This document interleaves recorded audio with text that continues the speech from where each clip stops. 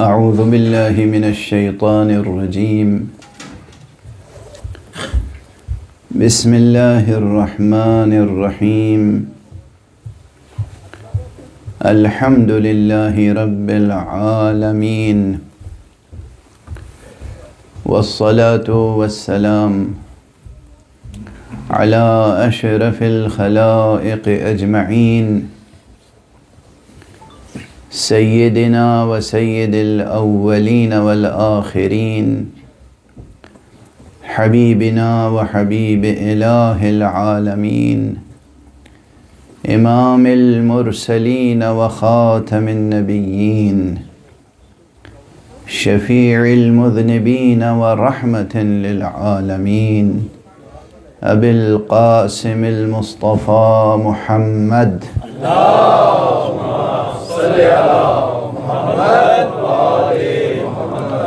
وعلى أهل بيته الطيبين الطاهرين الهداة المهديين المعصومين المظلومين واللعنة الدائمة على أعداء الحق والدين أما بعد فقد قال الله تعالى عز اسمه في محكم كتابه ومتقن خطابه بسم الله الرحمن الرحيم إنما يريد الله ليذهب عنكم الرجس أهل البيت ويطهركم تطهيرا اللهم صل على محمد وآل محمد. ایک اور بلندر صلوات. اللهم صل على محمد وآل محمد.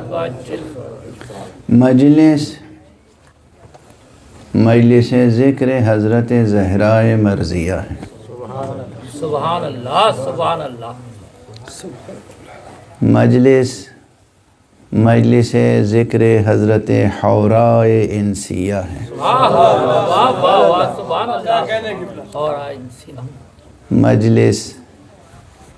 مجلس ذکر خاتون جنت ہے.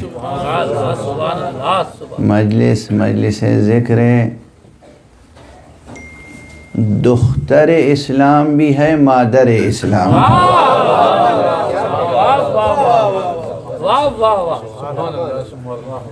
فاطمہ مادر اسلام بھی ہے، فاطمہ دختر اسلام.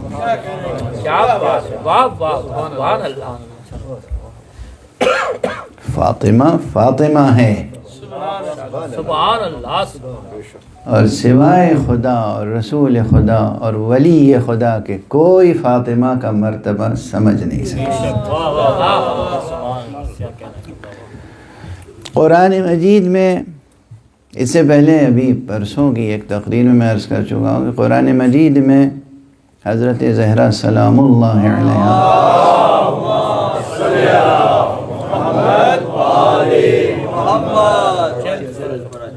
کے قصیدے ہیں. آپ کا بزمیہ قصیدہ بھی ہے اور آپ کا رزمیہ قصیدہ بھی ہے. حضرت زہرا کی رزم وہ بھی قرآن نے نقل فرمائی، اور حضرت زہرا کی بزم، اور ایک ہی بزم تھوڑی. آیت تطہیر بھی بی بی زہرا کا قرآنی بزمیہ قصیدہ ہے. سورہ دہر بھی حضرت زہرا کا بزمیہ قصیدہ ہے.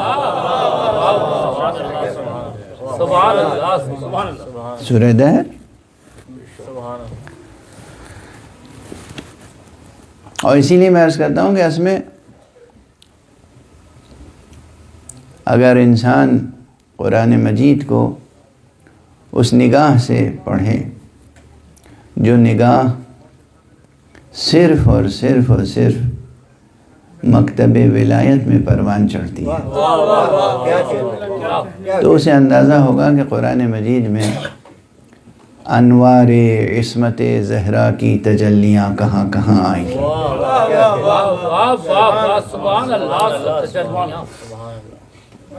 من جملہ ان کے یہ مقام بہت مشہور ہے، آیت تطہیر جس کی میں نے ابھی تلاوت کی. بہت سے خطبہ اور علماء نے آیت تطہیر پہ گفتگویں کی ہیں، مگر یہ آیت تطہیر کسی انیس یا کسی غالب کا مصرع نہیں ہے.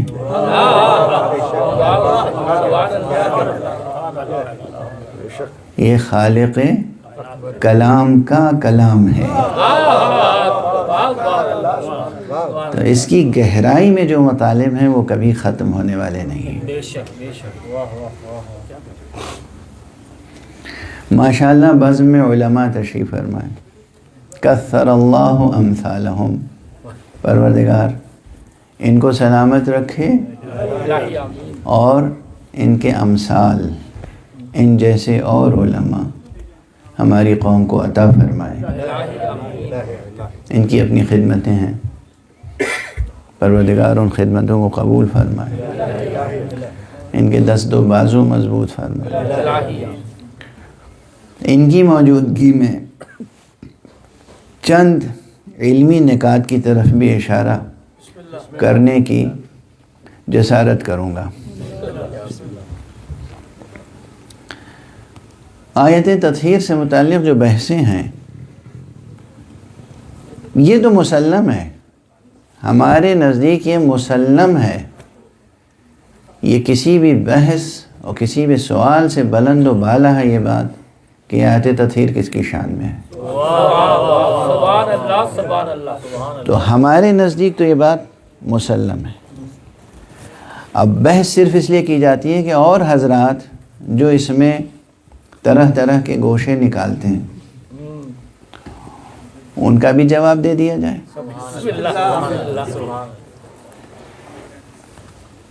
ایک بہت مشہور بحث یہ ہے سیاق و سباق کی کہ یہ دیکھیے قرآن مجید میں آیت تطہیر آئی کہاں پر ہے. آیت تطہیر سے پہلے کس کا تذکرہ ہے؟ تو جس کا تذکرہ پہلے ہو رہا ہے اسی کے لیے تو ہوگی آیت تطہیر بھی. یہ ایک اعتراض ہے، یہ ایک آرگومنٹ ہے. اچھا پہلے کس کا تذکرہ ہے؟ ازواج کا تذکرہ. میں ایک بات کہتا ہوں، کسی بھی سلیم الطبع، کسی بھی سلیم العقل، کسی بھی سلیم القلب انسان کے لیے مولانا سلیم کے تو دو معنی ہیں عربی میں. ایک سلیم اسے کہتے ہیں جو ہر طرح سے سالم ہو، صحیح ہو، سالم. اور عرب اسباب تفعل، فعل نیک کے طور پر جس کو کسی سانپ نے ڈس لیا ہو اسے بھی سلیم کہتے ہیں. صلوات پڑھ دیجئے محمد.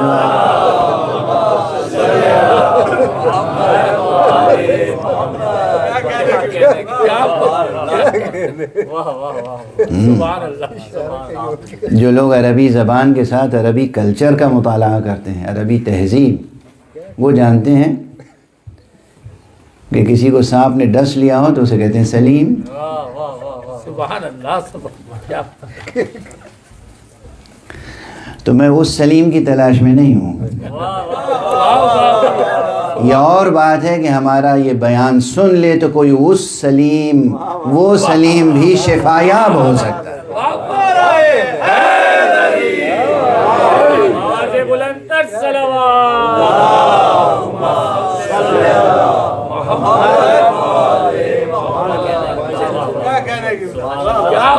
شفایاب ہو سکتا ہے. بے شک.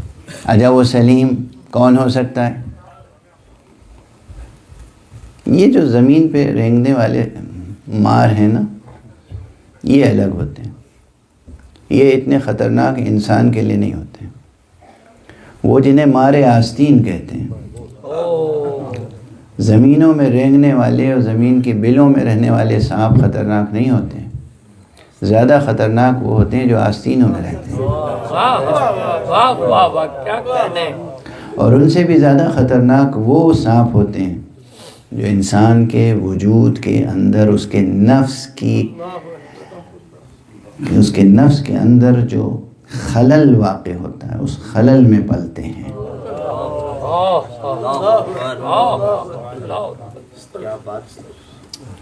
خلل جانتے ہیں نا کسے کہتے ہیں؟ خلل یعنی درز جسے کہتے ہیں نا، دراڑ. نفس کے اندر خلل کیا ہوتا ہے؟ اگر نفس مضبوط ہے، یعنی اگر ایک شخص عالم ہے تو اس کا نفس بے خلل ہے. ایک شخص عالم نہیں ہے اور یہ ظاہر کر رہا ہے کہ وہ عالم ہے تو اس کے اندر ایک بڑا خلل ہے نفس کے اندر. ڈاکٹر ہے ایک شخص، MBBS ہے، MD ہے، محنت کی، ڈگری لی، ہاسپٹل گیا، ٹریننگ ہوئی، پرفیکٹ ڈاکٹر ہے. ایک اس کے مقابلے میں گاؤں میں جس نے کچھ نہیں پڑھا، MBBS نہیں کیا، کسی ڈاکٹر کے ہاں کبھی کمپاؤنڈر کی حیثیت سے کام کیا اور بعد میں وہ ڈاکٹر مشہور ہو گیا. اس کے نفس میں کیا ہے؟ خلل ہے. اسے کہتے ہیں نفس کے اندر کا خلل. علم نہیں ہے، ہنر نہیں ہے، خلل ہے. اس خلل میں سانپ پنتا ہے، جو سانپ اسے کہتے ہیں حسد.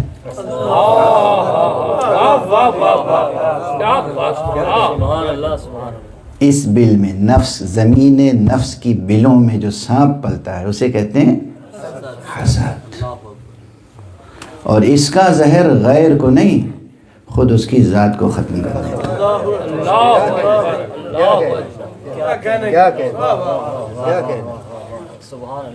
تو 3 قسم کے سانپ پہچانوا دیے نا ہم نے.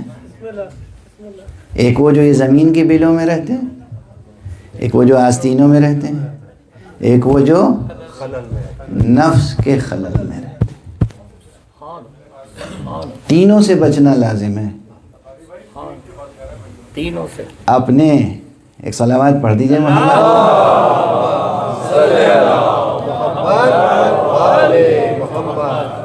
ایک اور صلوات پڑھ دیجئے.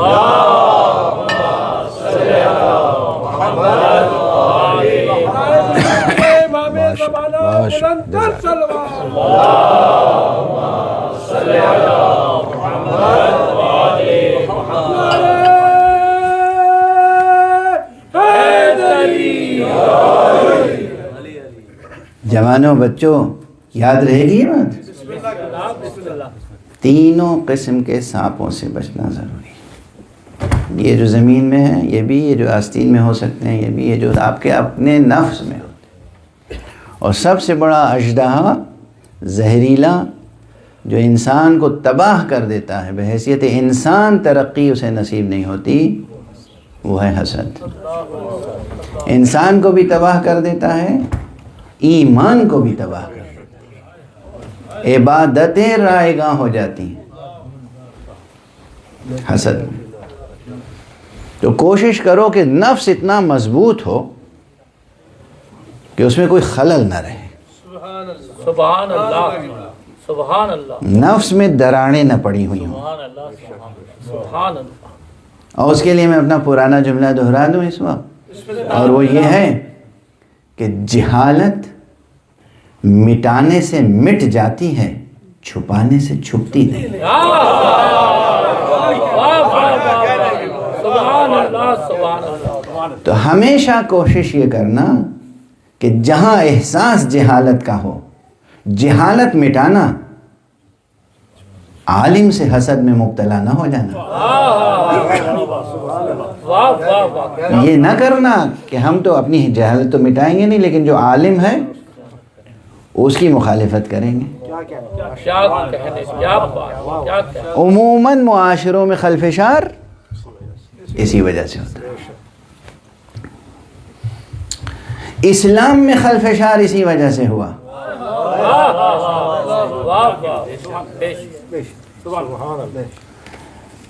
اب میں بڑی بڑی بحثوں کو سمیٹ کے ادب و شعر کی زبان میں لپیٹ کے آپ حضرات کی خدمت میں پیش کر دیتا ہوں۔ بسم اللہ۔ اردو کے بہت بڑے شاعر تھے شیخ ابراہیم ذوق، استاد شاہ ہم عصر غالب، دربار دہلی کے ملک الشعراء، اردو کے ملک الشعراء، خاقانی ہند شیخ محمد ابراہیم ذوق۔ اور اس میں شک نہیں کہ بہت اچھے شاعر تھے، بہت بڑے شاعر تھے، بہت بڑے استاد تھے۔ اگر کسی کو اپنی زبان درست کرنی ہو، شاعری سیکھنی ہو، تو ذوق کو پڑھو، ذوق کے ساتھ۔ سبحان اللہ۔ ذوق نے غزلوں میں ایک عجیب مطلع کہا ہے، اور وہ مطلع یہ ہے کہ ہفتاد و دو فریق حسد کے عدد سے ہیں۔ اب اس مطلع کو سمجھنے کے لیے نوجوانوں کے لیے تشریح ضروری ہو جاتی ہے، جو بزرگ ہیں وہ تو سمجھتے ہیں۔ ایک ہنر تھا اور اب بھی ہے، جو بعض اساتذہ ہیں، جو بعض استاد شاعر ہیں، وہ اس فن میں کمال اب بھی رکھتے ہیں۔ تاریخ نگاری، بعض بچوں کے نام تاریخی رکھے جاتے ہیں۔ اب جیسے کوئی بچہ پیدا ہوا 2025 میں، تو ایسا نام رکھیں گے کہ اس کے عدد سے، اس کے حروف سے جو عدد بنے وہ 2025، تو کہتے ہیں یہ تاریخی نام ہے۔ کسی کی وفات ہو گئی تو تاریخ نکالتے ہیں۔ تو وہ عادات کون سے ہیں؟ ابجدی عادات معلوم ہے، سب جانتے ہیں۔ تو ہے کا عدد کیا ہے؟ 8۔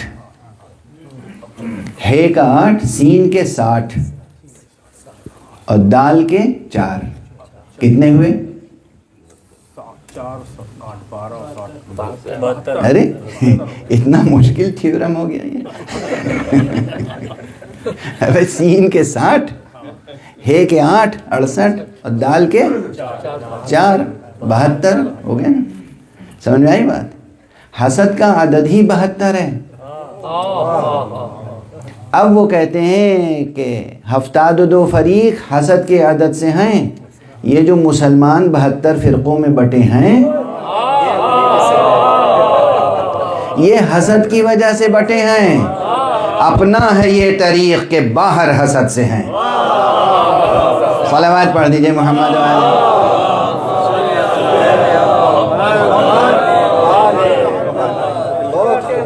اب دیکھیں ہم ایسے دور میں گفتگو کر رہے ہیں جب یہ دو سادہ سے مصرے سمجھانے پڑ رہے ہیں، ہے نا؟ تشریح کرنی پڑ رہی ہے۔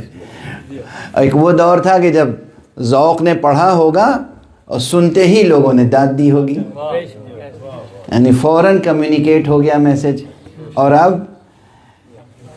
سمجھانا پڑ رہا ہے۔ یہ زبان کا دور ہے، مختلف اسباب ہیں اس کے۔ بہرحال تو یہ یاد رکھیے کہ اسلام میں جو تفرقہ ہوا، سب سے بڑا عنصر اس کا، سب سے بڑا سبب اس کا حسد ہے۔ حسد بھی کس سے حسد؟ باب علم سے حسد۔ جن جن نفسوں میں خلل تھا وہ سب علی کے حاسدوں میں شامل۔ سبحان اللہ، کیا کہنا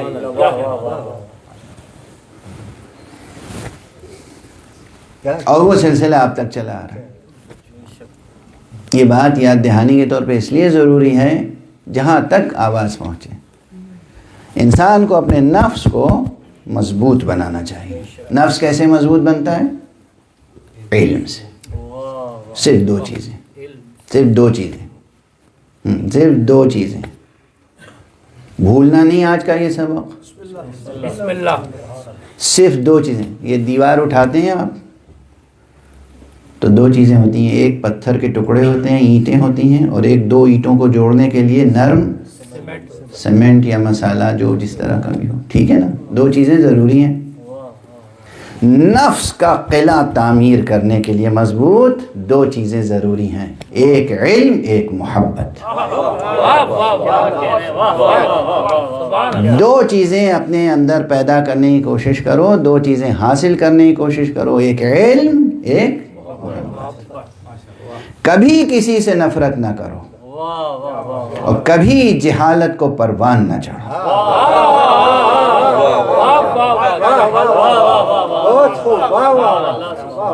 کبھی کسی سے نفرت نہ کرو، کبھی جہالت کو پروان نہ چڑھو۔ زندگی کا یہ دو ہی ہدف ہے اگر نفس تعمیر کرنا ہے، بہت گہرائی ہے، اور یہ سب کے لیے قابل فہم ہے، میری نفس سے لے کے، میری ذات سے لے کے اور ہر شخص تک۔ ہمیشہ علم میں اضافہ ہوتا رہنا چاہیے، ہمیشہ محبت کا شجر پروان چڑھنا چاہیے، اتنا سایہ دار تمہارا شجر محبت ہو کہ پوری کائنات اس کے سائے میں آ سکے۔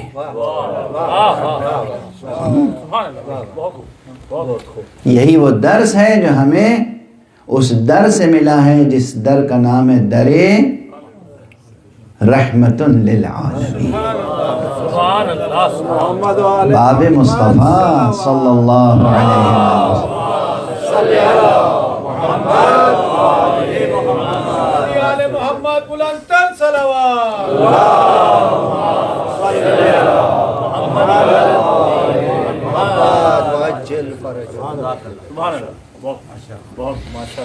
مطلب اگر میں یہ کہوں تو کوئی مبالغہ نہیں ہوگا۔ ماشاءاللہ حضرت علامہ حجت الاسلام المسلمین مولانا عدیل صاحب تشریف فرما ہیں، جناب قبلہ و کعبہ مولانا سب تشریف فرما ہیں۔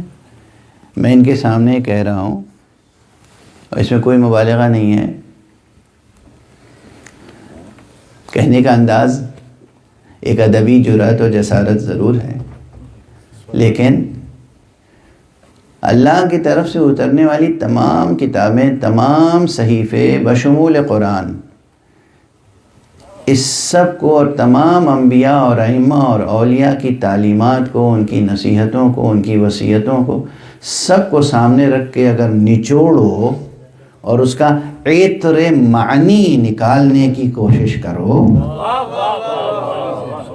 تو یہ دو باتیں نکلیں گی، دو نکات میں یا دو قطروں میں سارا عطر سمٹ کے آ جائے گا، سارا خلاصہ پیغام نبوی اور پیغام آسمانی اور پیغام الہی کا یہ ہے کہ انسان کو علم اور محبت،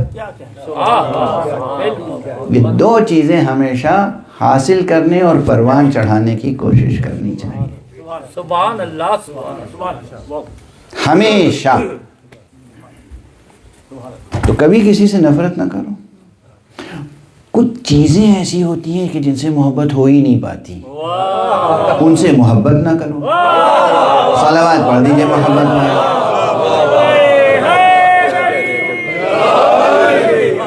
سادہ سی بات، سادہ سی۔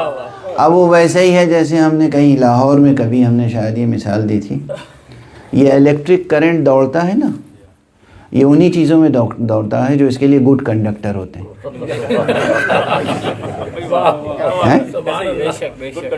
گڈ کنڈکٹر جو ہوتے ہیں اسی میں کرنٹ دوڑتا ہے، لوہا اس میں کرنٹ دوڑ جائے گا، حتیٰ کہ پانی اس میں کرنٹ دوڑ جائے گا، لکڑی رکھ دو نہیں دوڑے گی۔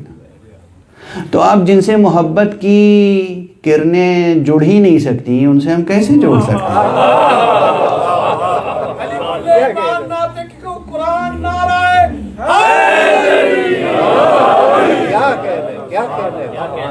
ہم تو محبت انہی سے کر سکتے ہیں نا، لکڑیوں سے نہیں ہو سکتی۔ ہم تو محبت انہی سے کر سکتے ہیں نا جن سے محبت کی جا سکتی ہے، اور کن سے محبت کی جا سکتی ہے وہ بھی خدا نے بتا دیا، قُلْ لَا أَسْأَلُكُمْ عَلَيْهِ أَجْرًا إِلَّا الْمَوَدَّةَ فِي الْقُرْبَى۔ نعرہ تکبیر، نعرہ رسالت، کل ایمان یک زبان، نعرہ حیدری۔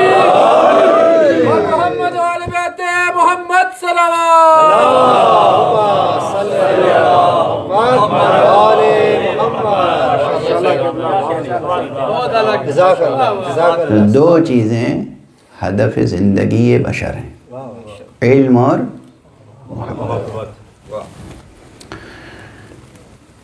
اب جب علم ہے تو پھر علمی باتیں آئیں گی، تو اگر ذوق بیدار ہے، ذوق سلیم ہے، دل سلیم ہے، طبیعت سلیم ہے، فطرت سلیمہ ہے، فطرت اولیہ ہے، تو پھر کلام جاری ہوتا ہے۔ اب اسی وقت میں کتنی دیر سے گفتگو کر رہا ہوں، ہر جملے میں روح سخن کسی ایک طرف تھا، ٹھیک ہے نا؟ اور سامعین سمجھ رہے تھے کہ یہ جملہ وہاں جا رہا ہے اور یہ جملہ وہاں جا رہا ہے، واضح تھا نا؟ کسی کو کوئی اشتباہ تو نہیں ہوا، تقریر تو مسلسل ہے۔ اب کوئی کہے جی پہلا جملہ تو ادھر جا رہا تھا تو یہ دوسرا بھی ادھر ہی جائے گا، یہ تو نہیں ہو سکتا۔ نہیں، پہلا ادھر جا رہا تھا، دوسرا ادھر گیا، واضح ہو گئی بات۔ اب اس سے آسان تو نہیں سمجھا سکتا۔ ایسے ہی قرآن مجید میں گفتگو شروع ہوئی، یا ایھا النبی قل لازواجک ان کنتن تردن الحیاۃ الدنیا وزینتها فتعالین امتعکن واسرحکن سراحا جمیلا۔ اے رسول، آپ اپنی ازواج سے یہ فرما دیں، یا ایھا النبی قل لازواجک، اے نبی اپنے ازواج سے کہہ دیجئے، کیا کہہ دیجئے؟ ان کنتن تردن الحیاۃ الدنیا، اگر تمہیں حیات دنیا چاہیے تو آؤ ہم تمہیں مالا مال کر دیں اور آزاد کر دیں۔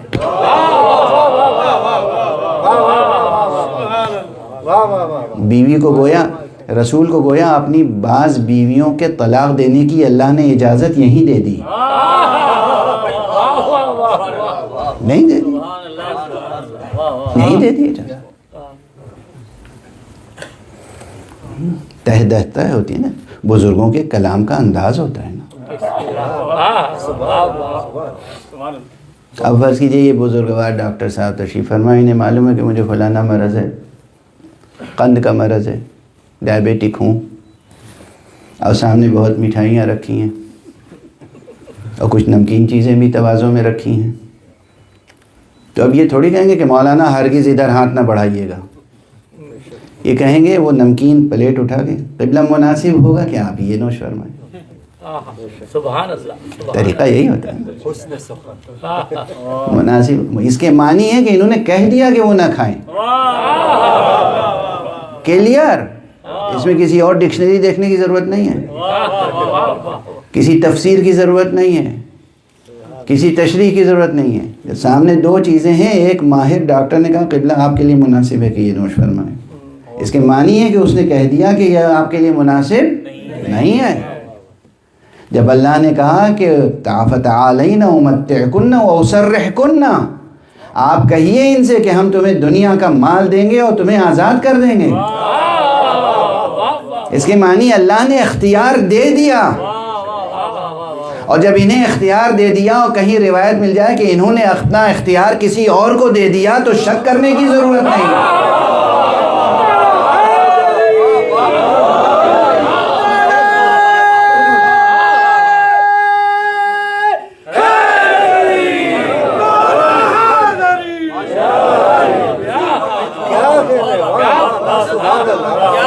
اور اختیار دیا یا نہیں دیا یہ تو حالات بتاتے ہیں۔ کوئی کہیں ڈٹ گیا کہ ہم تو نہیں ہٹیں گے، ہم تو نہیں واپس جائیں گے، ہم تو میدان میں آ گئے ہیں، اب گھر نہیں جائیں گے۔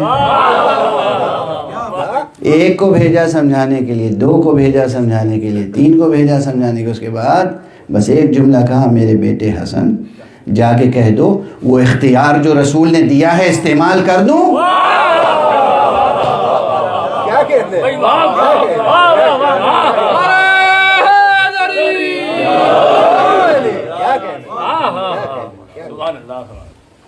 کیا کہنے؟ یہ ایسا مؤثر ہوا جملہ کہ ایک چوٹی گوندھی ہوئی تھی، ایک چوٹی گوندھی ہوئی نہیں تھی، مگر فوراً کھڑی ہو گئی۔ ہمیں واپس جانا ہے، ہمیں واپس جانا ہے۔ اب یہ سب چیزیں کوئی مانے یا نہ، قرآن مجید میں موجود ہے، قرآن مجید میں اپنے اسلوب میں گہرائیوں میں باتیں موجود ہیں۔ اچھا، یہاں سے گفتگو شروع ہوئی تو کیا تھا پہلا انداز کہ اگر تم دنیا چاہتی ہو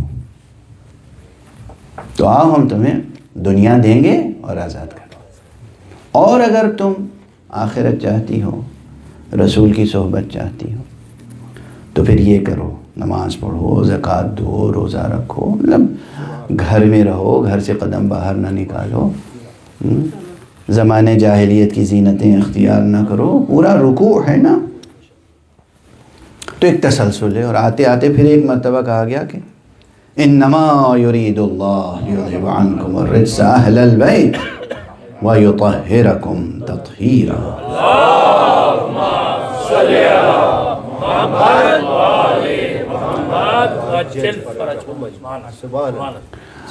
جہاں آیت شروع ہوئی تھی وہاں تھا ان کنتن تردن، اگر تم یہ چاہتی ہو۔ یہاں آیا انما یرید اللہ، اللہ یہ چاہتا ہے۔ دونوں ایک کیسے ہو گئی باتیں؟ ایک تسلسل میں ہے، مگر یہ بات وہاں جاتی ہے، وہ بات وہاں جاتی ہے۔ صلوات پڑھ دیجئے محمد۔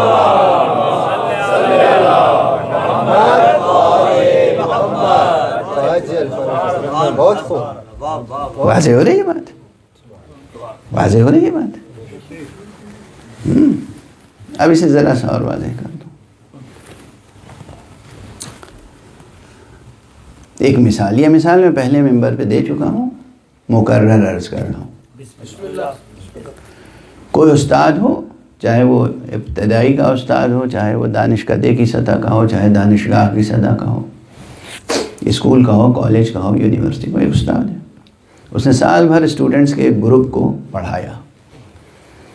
تو ایک ماہر استاد، اسے اپنے تمام اسٹوڈنٹس کا حال معلوم ہے، کس میں کیا صلاحیت ہے اور کس میں کیا صلاحیت نہیں ہے۔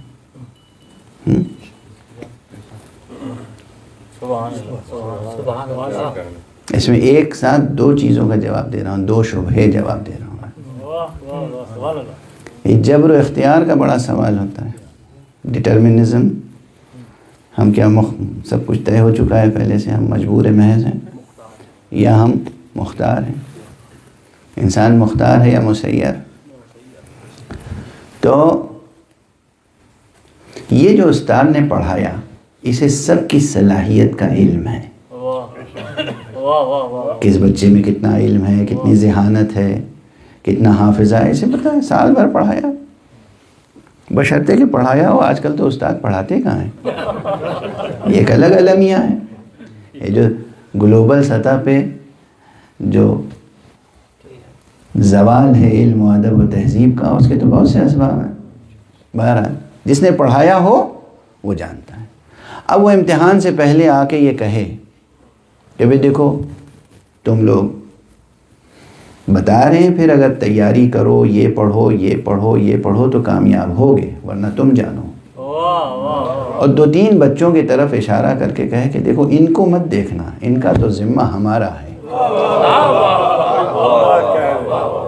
یہ تو کامیاب ہو کے رہیں گے، ٹھیک ہے نا۔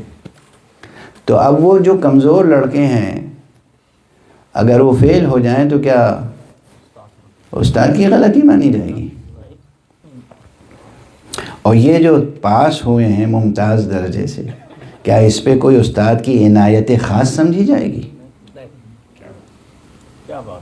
وہ ناکام ہوئے اپنی غلطیوں سے، یہ کامیاب ہوئے اپنی محنت سے۔ واضح ہو رہی ہے؟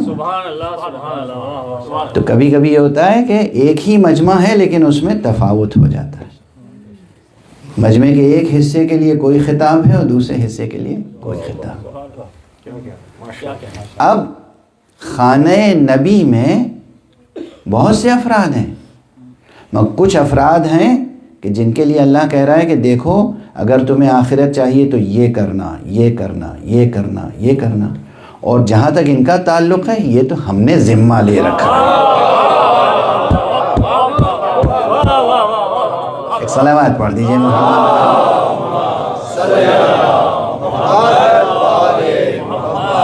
بعض حضرات یہ کہتے ہیں کہ صاحب یہ آیت یہاں پہ نہیں ہونی چاہیے تھی، جو شبہ تحریف یہ کہیں اور ہونی چاہیے تھی. میں کہتا ہوں یہیں پر اس آیت کا پورا مفہوم ابھر کے سامنے آتا ہے. جس کا جو رتبہ ہے وہ سامنے آتا ہے، جس کی جو منزلت ہے وہ سامنے آتی ہے. وہ ازواج پیغمبر ہیں جنہیں احکام کا پابند کیا گیا. یہ اہل بیت نبوت ہیں کہ جن کی طہارت اور عصمت کا اہتمام خدا نے اپنے ہاتھ میں لیا. صلوات پڑھ دیجئے محمد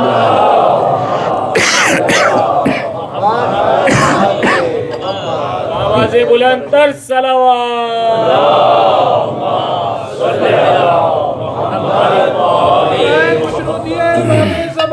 بلند تر صلوات.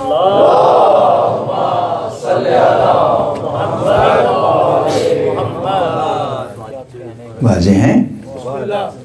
اب شکوک و شبہات و مسائل تو بہت سے ہیں، یعنی اگر صرف آیت تطہیر پر گفتگو کی جائے تو وہ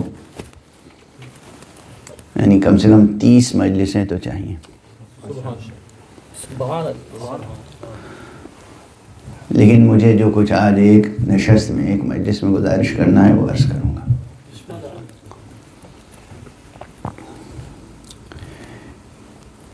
اگر ظاہری طور پر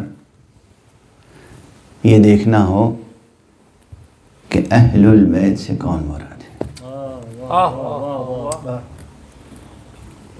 تو جو لوگ ادبی اور لسانی ذوق رکھتے ہیں پہلے ان کے اس ذوق کا سہارا لے کر میں گفتگو کروں گا. لفظ بیت پہ کبھی غور کیا ہے آپ نے؟ بیت کے کتنے معنی ہیں؟ بے یہ تے بیت. بیت گھر کو کہتے ہیں. اچھا صرف گھر کو کہتے ہیں بیت؟ ڈکشنری اٹھا کے دیکھیے گا. مرثیہ پڑھتے ہیں نا آپ حضرات؟ مرثیے میں 4 مصروں کے بعد جو آخر میں 2 مصرے آتے ہیں اسے بھی بیت کہتے ہیں. قصیدے کے ہر شعر کو بیت کہتے ہیں. غزل کے ہر شعر کو بیت کہتے ہیں. 2 مصروں پر مشتمل ایک مکمل شعر کو بیت کہتے ہیں. نثر میں 50 حرفوں پر مشتمل ایک عبارت کو بیت کہتے ہیں. کیا معنی ہوئے بھئی؟ وہ اس کو بیت کیوں کہتے ہیں؟ ایک تو بیت یہ جو اینٹوں سے سیمنٹ سے بنا ہوا گھر ہے، در و دیوار اور سقف، اس میں آپ رہتے ہیں، یہ بیت ہے. یہ اسے بیت کیوں کہتے ہیں؟ یہ 50 حرفوں پہ مشتمل ایک خاص نثر کی عبارت کو بھی بیت کہتے ہیں. اسی لیے جو لوگ ریسرچ کا ذوق رکھتے ہیں، لٹریری ریسرچ، اور جو لوگ ٹیکسچول کریٹیسزم میں یعنی متنی تنقید اور متنی تحقیق کا کام کرتے ہیں، وہ جانتے ہیں کہ جو پرانے تذکرے لکھے گئے ہیں نا ادبا کے، شعراء کے، علماء کے، ان میں کتابوں کا تذکرہ ہوتا ہے کہ مثلا علامہ مجلسی نے فلاں کتاب لکھی تھی جو 2000 ابیات پر مشتمل تھی. ابیات سے مراد کیا ہے؟ وہ تو نثر کی کتاب ہے.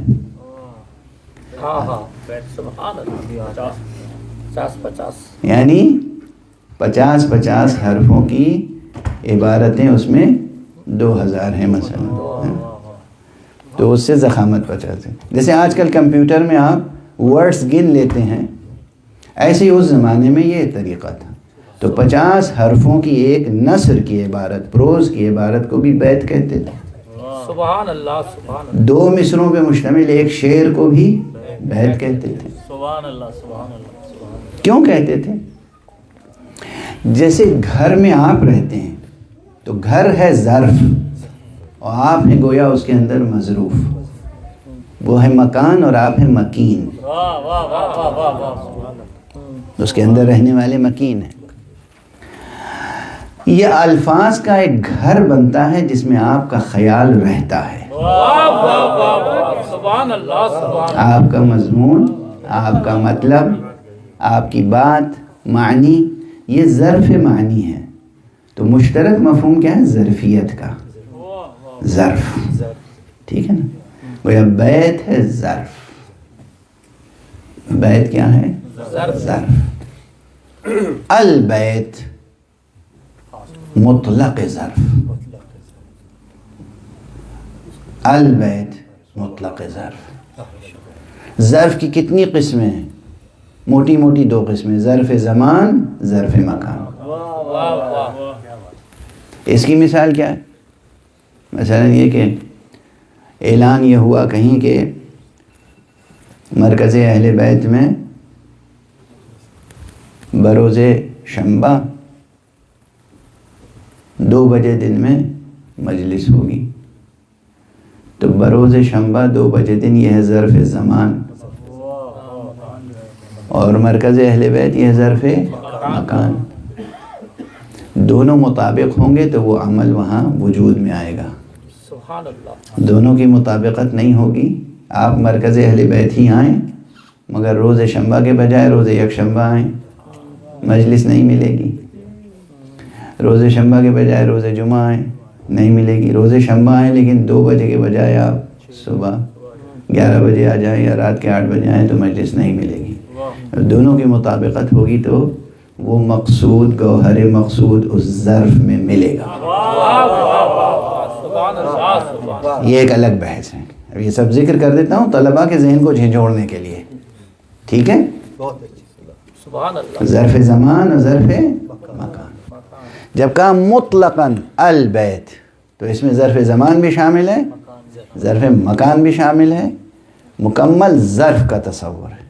اور جب کہا اہل البیت تو مراد ہوگا کہ وہ صاحبان جن کو اللہ نے استحقاق یا ملکیت عطا کی ہے، یا استحقاق عطا کیا ہے یا ملکیت عطا کی ہے مطلق ظرف پر۔ مطلق ظرف پر حق جس کا ہو اس کا حق کیسے ظاہر ہوتا ہے؟ ہم اگر کسی کرائے کے مکان میں رہیں تو ایک ذرا سی تبدیلی اس میں نہیں کر سکتے، لیکن اگر کوئی مکان ہمارا ہو، ہم اس کے اہل ہوں تو ہم جب چاہیں اس کا دروازہ بند کر دیں، جب چاہیں دیوار میں دروازہ کھول دیں۔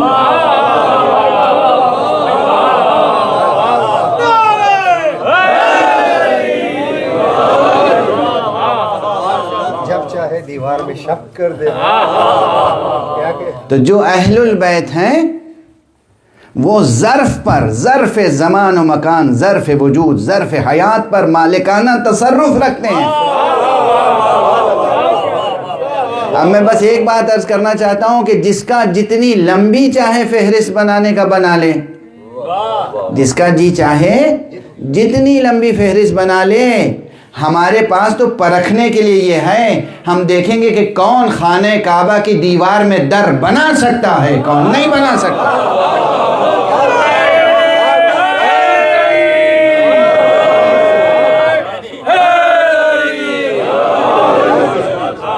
کون چاند کو 2 ٹکڑے کر سکتا ہے، کون نہیں کر سکتا۔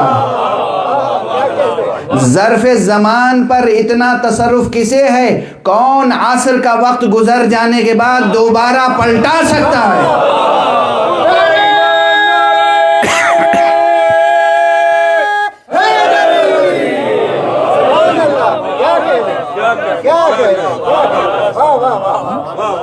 بہترین وضاحت۔ کس کا ظرف مکان پر تصرف ہے، کس کا ظرف زمان پر تصرف ہے۔ ہمیں ایسے صاحبان تصرف دکھا دیجئے، ہم سر جھکا دیں گے، انہیں اہل البیت مان لیں گے۔ صلوات پڑھ دیجئے محمد و آلہ۔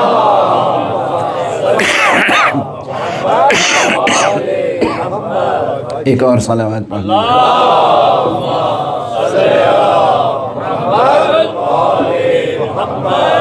یہ امام زمانہ بلند تر صلوات۔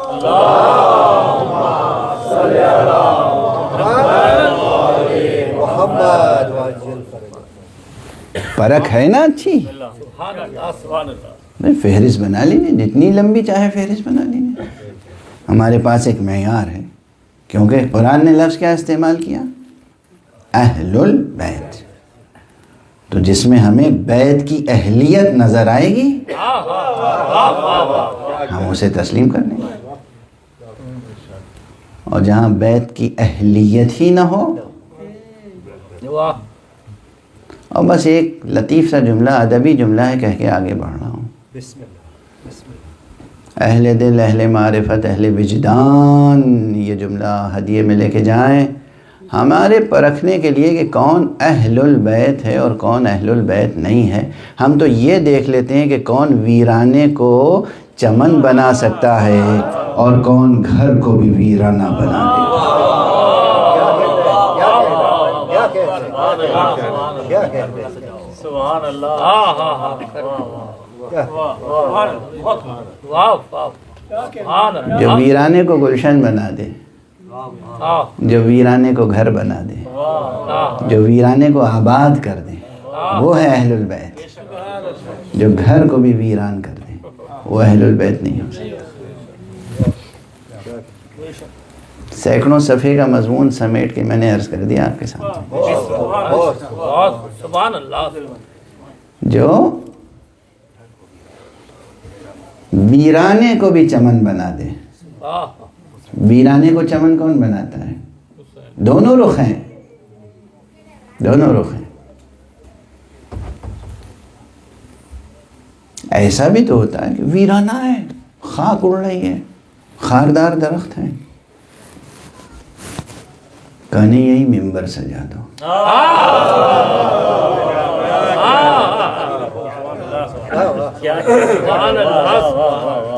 صحرا میں ممبر سجانا، بھئی مسجد میں ممبر رکھنا ایک الگ بات ہے، کہیں کسی ہال میں، کسی گھر میں، کسی بنی ہوئی تعمیر شدہ جگہ پہ ممبر سجانا الگ بات ہے. صحرا میں ممبر نصب کرنا یہ ایک علامت ہے کہ ہم ہیں وہ جو صحرا کو چمن بنا دیتے ہیں. ہم ہیں وہ جو ویرانے کو بہشت بنا دیتے ہیں. پیغمبر کا کام ہے نا سبحان اللہ سبحان اللہ. میدان غدیر خم میں ممبر نصب کرنا، ممبر تعمیر کروانا، یہ کس کا کام ہے؟ پیغمبر کا کام ہے نا. پیغمبر کے ایک ایک کام میں کتنے اسرار ہوتے ہیں، کتنی گہرائیاں ہوتی ہیں، کتنی معنویتیں ہوتی ہیں، کتنے رموز ہوتے ہیں. اس میں ایک بڑا رمز یہ ہے کہ دیکھو ہمیں رحمت للعالمین، چار دیواری میں صرف پیغام ہم نہیں دیتے، ہم ایسے کھلے ہوئے میدان میں پیغام دیتے ہیں کہ جہاں فضائیں ہوائیں اس پیغام کو پوری دنیا میں، پورے عالم میں، پوری کائنات میں پہنچا دیں. کیا کیا اسرار و رموز ہیں اس کے، میں سب گفتگو مختصر کرتا ہوں. یہ جو اہل البیت ہیں جنہیں اللہ نے زمان اور مکان پر تصرف عطا فرمایا، ان کی مرکزی شخصیت کا نام ہے فاطمہ زہرا.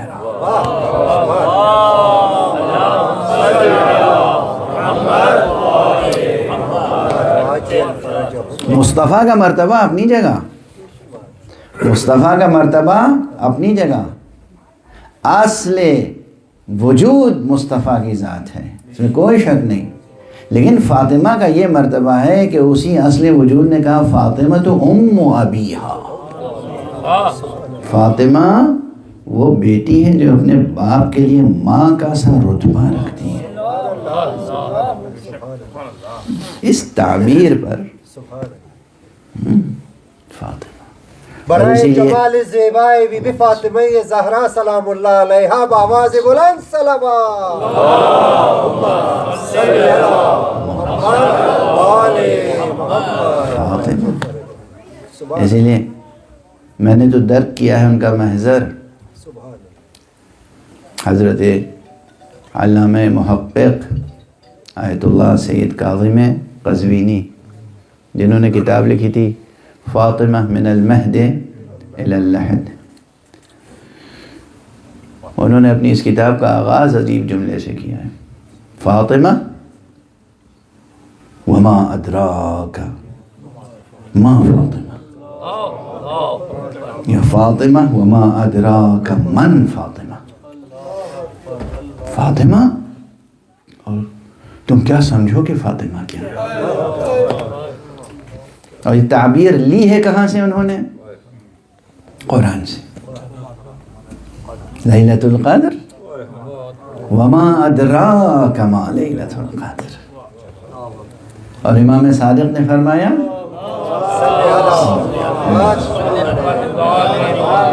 کہ دیکھو یہ لیلۃ القدر سے مراد کوئی اور نہیں، فاطمہ زہرا کی ذات ہے. اچھا ایک دو جملوں میں بات، حالانکہ وقت گزر چکا اور میری طاقت بھی جواب دے رہی ہے، لیکن ایک سوال پیدا ہو سکتا ہے تو اس کا جواب دے کے آگے بڑھ جاؤں اور کسی حد تک بات مکمل بھی ہو جائے. ابھی میں ظرف زمان اور ظرف مکان کی بات کر رہا تھا. یہ جو قرآن مجید ماہ مبارک رمضان کی 23ویں شب میں نازل ہوا، یہ ماہ مبارک رمضان کی 23ویں شب، یہ ہے ظرف زمان، یہ ظرف زمان. ظرف مکان کیا ہے نزول قرآن کا؟ قلب مبارک مصطفیٰ، قلب مصطفیٰ. لیکن یہ قلب مصطفیٰ اور یہ لیلۃ القدر ماہ مبارک رمضان، یہ ظرف مکان اور یہ ظرف زمان کس کے لیے ہے؟ اس قرآن صامت کے لیے. یہ لفظوں کا مجموعہ بسم اللہ سے والناس تک، اس قرآن کا ظرف زمان نزول کے لیے لیلۃ القدر، ظرف مکان قلب مصطفیٰ، اور قرآن ناطق کے نزول کا ظرف وجود مبارک فاطمہ زہرا. سبحان اللہ، سبحان اللہ. پر محمد والے بات محمد صلوات.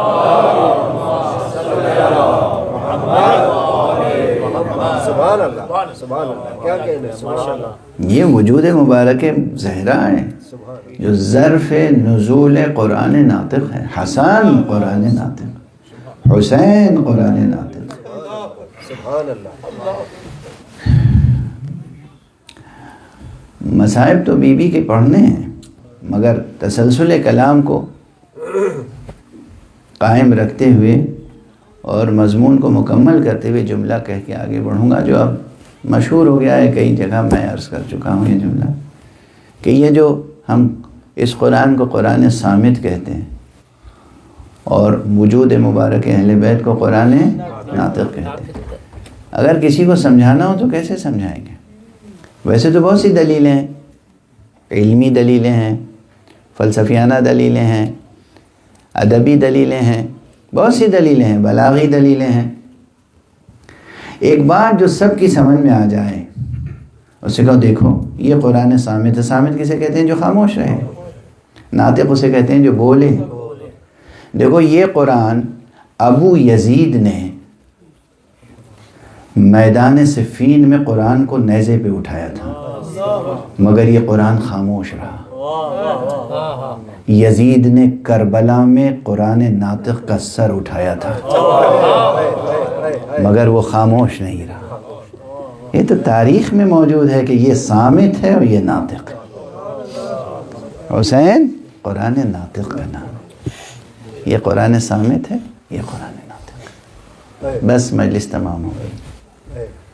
وہ وجود مبارک و مقدس، وہ معصوم عالم، وہ معصوم کائنات، وہ خاتون بہشت، وہ خاتون جنات، وہ بیٹی جو مادر اسلام بھی ہے اور دختر اسلام بھی، جس کا احترام رسول کرتے ہوں.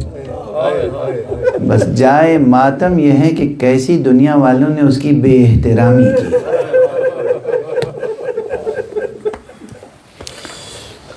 انا للہ و انا الیہ راجعون. طبیعتوں میں اگر لطافت ہو تو ایک بات سمجھیے گا، مصائب کی سنگینی، مصیبت کی سنگینی ظاہری واقعات کے حجم سے نہیں ہوتی. ظاہری واقعات کے حجم سے نہیں ہوتی کہ بہت سے واقعات پے در پے ہوں. اگر مرتبہ شناس ہو انسان، منزلت شناس ہو، اگر ان کی قدر و منزلت معلوم ہے، ان کا رتبہ معلوم ہے، تو ان کی ایک ذرا سی بھی توہین ہمارے لیے قیامت ہے. کون زہرا؟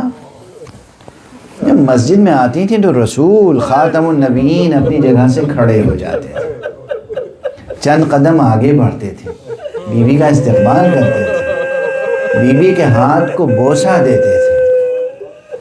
وہ بیٹی جس کے لیے رسول کھڑے ہوتے ہوں، رسول بوسہ دیتے ہوں، اور جس کے دروازے پہ جا کے رسول کہتے ہوں السلام علیکم یا اہل البیت، نماز صبح سے پہلے 1-2 دن نہیں، بعض روایتوں میں ہے کہ 6 مہینے تک مسلسل، بعض روایتوں میں ہے کہ اس سے بھی زیادہ عرصے تک مسلسل روزانہ پابندی کے ساتھ رسول اٹھتے ہیں، اپنے حجرے سے نکلتے ہیں، پہلے در فاطمہ پہ آتے ہیں، السلام علیکم یا اہل البیت انما یرید اللہ لیذہب عنکم الرجس اہل البیت ویطہرکم تطہیرا، آیت پڑھتے ہیں، اور اس کے بعد محراب عبادت میں چلے جاتے ہیں. اسی دروازے پر آگ و لکڑیاں لے کے آ گئے، اسی دروازے کو اس طرح گرایا کہ بیوی کی پسلیاں شکستہ ہو گئیں. بہت زور آج کل ایک دیا جا رہا ہے اس بات پر کہ یہ واقعات نہیں ہوئے تھے، یہ ستم نہیں ہوئے. لیکن ایک چیز کا کوئی انکار نہیں کر سکتا کہ ایک شخص نے خانہ زہرا میں داخل ہو گیا اور زہرا کو خطاب کر کے کہا، جس کے احترام میں رسول کھڑے ہوں، جس کے ہاتھوں کو رسول بوسہ دیں، اس شخص کو چاہیے یہ تھا کہ جہاں زہرا قدم رکھ دے اس زمین کو بوسہ دے. وہ شخص زہرا کو خطاب کر کے کہہ رہا ہے کہ ہم تمہارے گھر کو جلا دیں گے، اور زہرا کہہ رہی ہے اس گھر میں حسنین نکاح ہوا کریں. اگر کوئی واقعہ بھی نہ ہو، تنہا یہ ایک جملہ قیامت تک ہمارے سر و سینے کو پیٹنے کے لیے کافی. کس سے یہ گستاخی کی گئی؟ کس سے یہ گستاخی کی گئی؟ کس کے سامنے یہ جسارت کی گئی؟ زہرا مرضیہ، زہرا مرضیہ، فاطمہ زہرا. بس گفتگو تمام، آپ نے گریہ کیا، بس آخری جملے پر گفتگو تمام کروں. ہم کیوں نہ گریہ کریں؟ ہم اس کی شہادت کو یاد کر کے کیسے گریہ نہ کریں، جس کی شہادت کی خبر سن کے علی نے گریہ کیا. بس آخری جملہ، یہ روایات میں ہے کہ جناب امیر المومنین مسجد میں تشریف فرما تھے، قبر پیغمبر کے پاس. اچھا، یہ بالکل فطری بات ہے، بالکل فطری بات ہے. سیدہ کی حالت، طبیعت، مزاج اچھا نہیں ہے. علی خاطرداری کا سب کچھ اہتمام کر کے کیا کر سکتے ہیں؟ قبر پیغمبر پہ آئیں اور اللہ سے دعا کریں. علی قبر پیغمبر پہ ہیں، گھر سے اسما بنت امیس آئیں. علی نے چہرہ دیکھا اسما رو رہی ہیں. کہا کیا خبر ہے؟ کہا زہرا نہیں رہ گئی. روایت میں علی نے یہ جملہ سنا، اس قدر بلند آواز سے گریہ کیا کہ فضا گونج اٹھی اور غش کھا کے زمین پر گیا. اجرکم علی اللہ.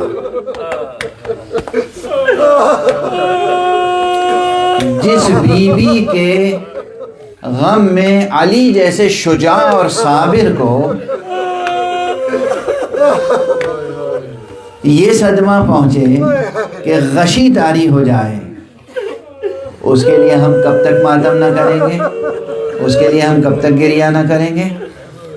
اور یہ تو وہ علی کا گریہ ہے کہ جو صرف خبر سن کے آپ روئے ہیں، اور وہ گریہ آپ برابر سنتے رہتے ہیں کہ جب آپ غسل دے رہے تھے اور آپ نے بلند آواز سے گریہ کرنا شروع کیا، اور اس کے بعد سلمان و ابو ذر جیسے وفاداروں نے پوچھا یا علی آپ کا سا صابر، آپ کا سا شجاع، اور اس طرح گریہ کرتا ہے، کہا تمہیں معلوم نہیں بی بی کی پسلیاں شکستہ تھیں اور مجھے علم نہ ہو سکتا۔